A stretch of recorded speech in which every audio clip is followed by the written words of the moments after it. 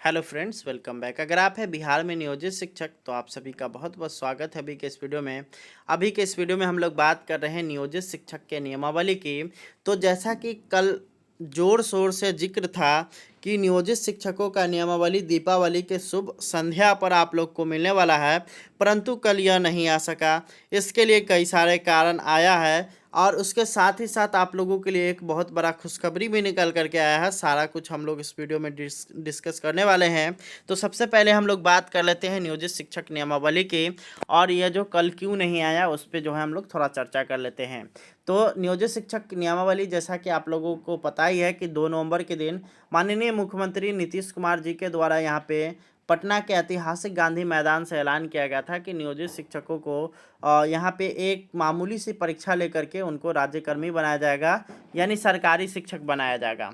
तो उसको अब ध्यान में रखते हुए चारों ओर अटकलें तेज थे कि दीपावली तक जो है नियोजित शिक्षकों का नियमावली नियोजित शिक्षकों के समक्ष आ जाएगा, परंतु ऐसा न हो सका। इसके कई सारे कारण हैं। पहला जो यहाँ पे वैलिड कारण बताया जा रहा है वो है यहाँ पर कि अभी जो है अगर बात करिएगा तो बिहार में प्रथम चरण की बीपीएससी से बहाली शुरुआत हो चुकी है और अलग अलग ज़िला में यहाँ पे शिक्षकों की नियुक्ति प्रारंभ हो चुकी है।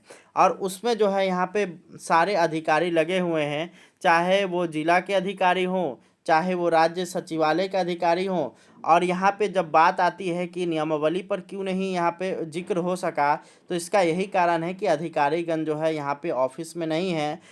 कुछ ही अधिकारी आप लोग के ऑफिस में दिखाई दे रहे हैं, जिस कारण से नियोजित शिक्षकों का जो नियमावली है वो अभी अधर में लटका हुआ है। दूसरा जो यहाँ पे वैलिड कारण निकल करके आ रहा है वो है कि 10 तारीख तक आप सभी के यहाँ विधान परिषद का जो है यहाँ पे शीतकालीन सत्र चल रहा था, जिसमें जो है यहाँ पे तरह तरह के मुद्दे निकल करके आए, जैसे कि यहाँ पे जाति आधारित जनगणना की बात कर लीजिए या माननीय मुख्यमंत्री जी के द्वारा दिए गए बयान की। तो इन सब में जो है यहाँ पे सरकार उलझ करके रह गई। और साथ ही साथ उसमें जो एक दिन दिया गया था शिक्षा विभाग को, उस पर शिक्षा विभाग पर एक जरा भी उस पर चर्चा नहीं हो सकी, जिस कारण से यहाँ पे नियोजित शिक्षकों का नियमावली लटक गया। हालांकि उसी सदन के दौरान यहाँ पे माननीय शिक्षा मंत्री जी से एक सवाल पूछा गया था कि नियोजित शिक्षकों को राज्यकर्मी का दर्जा दिया जाएगा और नियमावली में बदलाव होगा और शिक्षक के जो नाम में बदलाव होगा या नहीं होगा। तो उसमें उन्होंने पॉजिटिव जवाब दिया कि सरकार उस पर विचार कर रही है और कामकाज जारी है। ये आप लोग के लिए यहाँ से एक अच्छा चीज़ निकल करके आया था। तो ये 2 कारण मैंने बता दिया, जिस कारण से आप सभी को जो है यहाँ पे राज्यकर्मी वाला जो यहाँ पे नियमावली है वो नहीं मिल पाया है। अब यहाँ पे आप लोगों के लिए कुछ खुशखबरियाँ निकल करके आई है आप सभी के द्वारा। यहाँ पे जब यहाँ पे विशिष्ट शिक्षक नियमावली आया था, उसमें यहाँ पे आप सभी को बहुत सारे चीज़ें उसमें बताई गई थी, वैलिड पॉइंट बताए गए थे, और जिसपे यहाँ पे आप सभी का राय मांगा गया था। तो आप सभी ने जम कर के राय दिया और लगभग जो है 1 लाख से अधिक शिक्षकों के द्वारा इस पर राय दी गई। और यहाँ पे जब उस राय को जो है यहाँ पे समाकलित किया गया तो बहुत सारे चीज़ें निकल कर के आई, जिसमें जो है यहाँ पे नियोजित शिक्षकों का मांग था कि भाई ये विशिष्ट शिक्षक नाम हटाया जाए, विशिष्ट शिक्षक नियमावली हटाया जाए। दूसरा चीज़ था कि परीक्षा को लेकर के यहाँ पे शिक्षकों में संशय की स्थिति थी, उसके विषय में यहाँ पे सवाल था। तीसरा था पे प्रोटेक्शन का, और उसके बाद पेमेंट का, एनपीएस का, ऐच्छिक स्थानांतरण का, प्रमोशन का, ये सारे चीज़ें इसमें जो है प्रमुख रूप से आई। ठीक है, तो इन सारे चीज़ों को जो है यहाँ पे शिक्षा विभाग के द्वारा सॉर्ट आउट कर लिया गया है और नियमावली में जो है यहाँ पे बदलाव कर दिया गया है। बहुत सारे बदलाव आप सभी के नियमावली में हुए हैं, जैसे कि आप सभी का जो नाम होगा वो आप लोग का नाम जो होगा वो विशिष्ट शिक्षक नहीं रहने वाला है, और आपका जो नियमावली है वो विशिष्ट शिक्षक नियमावली नहीं रहेगा। ये यहाँ पे आप लोगों के लिए स्पष्ट है एकदम 100%। इसमें जो है किसी भी तरह का कोई भी कमी कुताही नहीं है।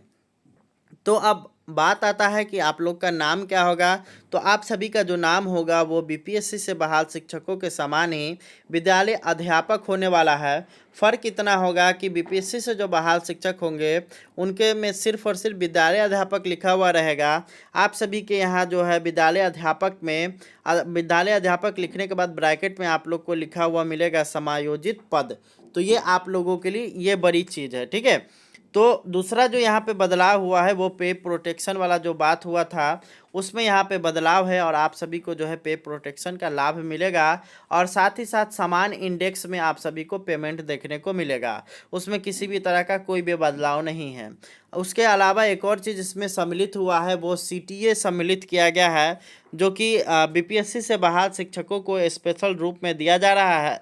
तो वही सीटीए आप लोग को भी यहाँ पे मिलने वाला है, और जिससे कि यहाँ पे होगा क्या कि आप लोगों का जो वेतन होगा उसमें यहाँ पे बम्पर बढ़ोतरी देखने को मिलेगा। यानी कि अभी जो जितना वेतन है उसकी अगर बात करिएगा, उसमें अगर आप प्राइमरी सेक्शन में आप लोग टीचर हैं तो 5,000 से 7,000 के बीच आप लोग के वेतन में बढ़ोतरी देखने को मिलेगा। 6 to 8 में अगर टीचर हैं तो आपका 8,000 से 10,000 के बीच वेतन बढ़ोतरी देखने को मिलेगा। वहीं अगर आप लोग बात करिएगा 9, 10 और 11, 12 में है तो आप लोग को 10,000 से लेकर के 15,000 के बीच यहाँ पे आप लोग को बढ़ोतरी देखने को मिलने वाला है। तो ये सारा चीज़ आप लोग को बढ़ोतरी देखने को मिलेगा।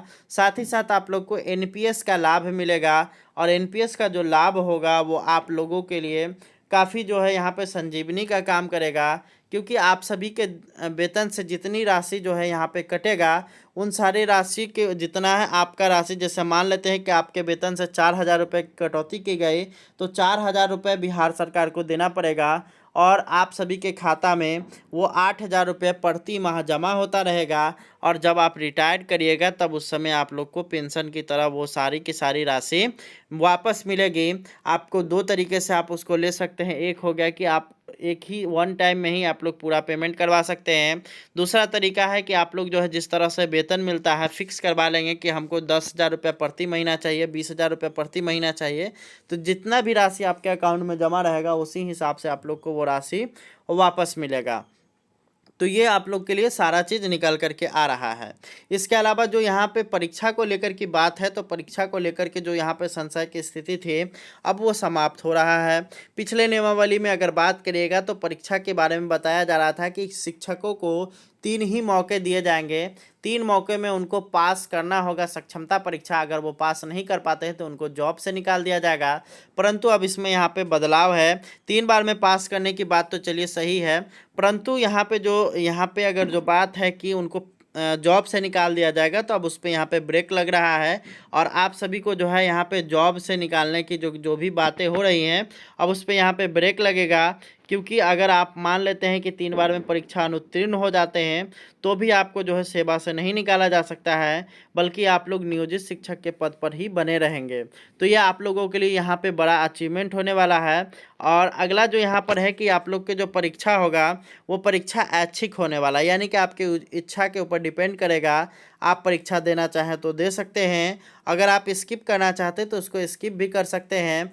क्योंकि अगर बात करिएगा अगर आप लोग परीक्षा नहीं देते हैं तो आप लोग जो है नियोजित ही रहेंगे, परंतु अगर आप लोग को राज्यकर्मी बनना होगा तो आप सभी को जो है वो उस परीक्षा से होकर के गुजरना पड़ेगा। और स्थानांतरण की अगर बात किया जाए तो आप लोग को जो स्थानांतरण का जो लाभ है वो अब ऐच्छिक स्थानांतरण होगा। पिछले नियमावली में यहाँ पे ये बड़ा बदलाव है। साथ ही प्रमोशन की बात करिएगा तो प्रमोशन आप लोग का 5 वर्ष में ही हो जाएगा 8 वर्ष की अपेक्षा। तो उम्मीद करते हैं वीडियो पसंद आया होगा। मिलेंगे नेक्स्ट वीडियो में, तब तक के लिए बहुत बहुत धन्यवाद। Thanks for watching.